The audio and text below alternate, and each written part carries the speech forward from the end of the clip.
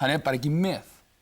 Lúkar vel, flottur í hvítu, en það kemur ekkert út. Á 34. mínútu heyrði ég fyrst áfram Fylkir, skrifaði niður. Hann engin antilópa. Hann 36 ára. Hvað með það fyrir? Nei, ég meina, Ekki halda í þér. Og þá kom Ragnar Hauksson inn.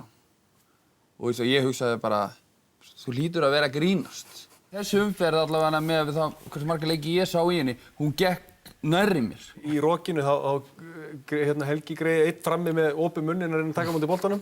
Nú gaurinn árið 25 ára gamall. Pabbi. Og það komin tími til að þroskast.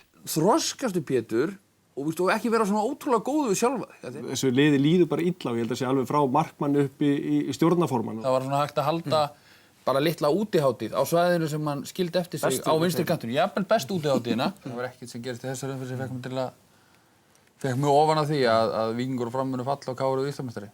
Ég ætla ekki að láta rýta út þessi og sé ósammála öllu sem Bjarnar og Lárusson segir. En mér finnst þetta að vera væl. Vandræði Eyjamanna byrjuðu ekki á 17. mínútu þegar þið misstu mann út af. Þetta byrjuðu eiginlega þegar leikurinn var flautaður á. Þú veist hvað sagði hann? Bara svo Borat. Þú veist, þegar hann var hlaupa tilbaka. Mafían var dauð.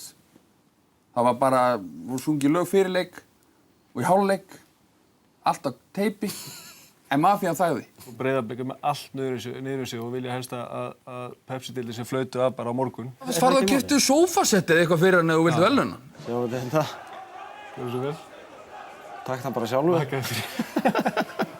Þeir keyptu hann ekki til þess að sitja á bekknum og safna kílóum heldur til þess að vera inn á skora mörk. Maður náttúrulega einhvern veginn að gefast upp á að tuða hérna sama hlutin þátt eftir þátt eftir þátt eftir þátt til ómikið ætlast að fullorðnir karlmenn sem að spila í efstu deild dekki menn inn í teig í fyrstu leikatriðum. Er það einhver frekja?